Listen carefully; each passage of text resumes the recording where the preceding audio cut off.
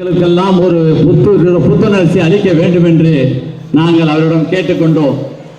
அவர் பல்வேறு பணிகளுக்கு இடையிலே சட்டமன்றம் தற்போது நடைபெற்றுக் கொண்டிருக்கின்றது.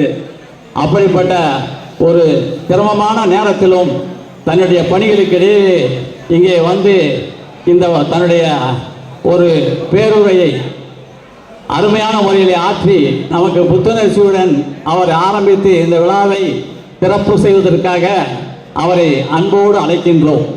அண்ணன் பேச வச்சோம். அண்ணன் பேச வேண்டும் என்று ஆவலுடன் எதிர்பார்த்து காத்துக் கொண்டிருக்கின்ற உங்கள் அனைவரின் சார்பாக அண்ணனை வருக வருக என வரவேற்று அவரை பேச அழைக்கின்றோம். அன்பார்ந்த அருமை சகோதரர் லயன் டாக்டர் தர்மலிங்கம் அவர்களே, அவரோடு அவருடைய துணைவியார் அவர்களே, புண்ணியசேகரன் யாதவ் அவர்களே, சரவணன் அவர்களே, அன்புக்குரிய சேகர் அவர்களே, வருகின்றிருக்கின்ற பெருமக்களே, அனைவரையும் பெயரை சொல்லி அழைக்க வேண்டும் என்ற ஆசை இருந்தாலும் கூட நேரத்தின் அருமை கருதி உங்கள் அனைவரையும் வருக வருக என வரவேற்று மிக அருமையான ஒரு காரியத்தை நம்முடைய நண்பர்கள் செய்திருக்கிறார்கள். நாங்கள் எல்லாம் நினைத்ததை அவர்கள் முடித்திருக்கிறார்கள்.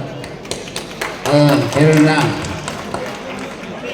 எத்தனையோ நாங்கள் எல்லாம் இந்த தென் மாவட்டங்களிலும் சரி மற்ற வட மாவட்டங்களிலும் சரி காரியங்கள் ஆற்றி வந்தாங்க கூட இப்போ கூட ஒரு கல்யாண மண்டபம் என்னுடைய சார்பில் கட்டப்பட்டு நம்முடைய தென்காசி தொகுதியிலே செலித்தூர் தொகுதி திறந்தோம். அதற்கு பிறகு அழகுமுத்துக்கோணர் நினைவு நுழைவாயில் கட்டினோம்.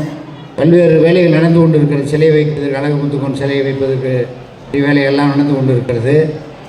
எல்லாம் இடையிலே நடந்தது கூட இந்த திருவள்ளூர் மாவட்டத்தில் நம்முடைய அருமை சகோதரர் ரவி அவர்களும் நம்முடைய அன்பழகன் நம்முடைய தர்மலிங்கம் அவர்களும் சேகர் அவர்களும் மற்றும் எல்லாம் நம்முடைய முனியாண்டி போன்ற பெருமக்கள் எல்லாம் எல்லோரும் சேர்ந்து அனைவரும் நம்முடைய சேகரா எல்லாரும் சேர்ந்து நீங்கள் கட்டிருக்கீங்க, பரவாயில்ல. தனிமனிதன் கட்டலாம், கட்டினா கூட அது சிறப்பு இருக்காது. அனைவரும் சேர்ந்து கட்டினால்தான் ஒரு சமுதாய அமைப்பு என்பதை நாம் அனைவரும் நன்றாக உணர்ந்திருக்கிறோம். ஆகவே இதில் அனைவரும் இந்த எடுத்த முயற்சி பாராட்டக்கூடியது. நல்லா அமைந்திருக்கிறது. கல்யாண மண்டபம் நல்லா அமைந்திருக்கிறது. பக்கத்தில் அமைந்திருக்கிற நம்முடைய ஹோட்டல் 33 ரூம் இப்போ பாரில் வைக்கிறேன்.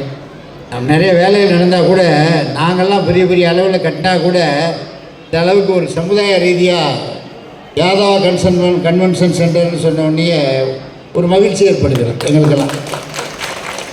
ஆனால் எங்களுடைய காலம் முடிந்த காலம்தான். நீ ஒரு 10 வருஷத்துக்கு இருக்கான்னு வச்சுக்கோங்க. அரசியல் இருப்போம், இப்போ அமைச்சராக இருப்போம், பொறுப்பாக இருப்போம். மக்கள் ஓட்டு போடுறதுனால நம்ம வர்றோம். அதனால் நம்மளுடைய மக்கள் யாருமே வர்றதில்லை. எங்கள்கிட்ட ஒரு 10% வர்றாங்க, 90% வர்றதில்லை, சிபாரிசுக்கு வர்றதில்லை.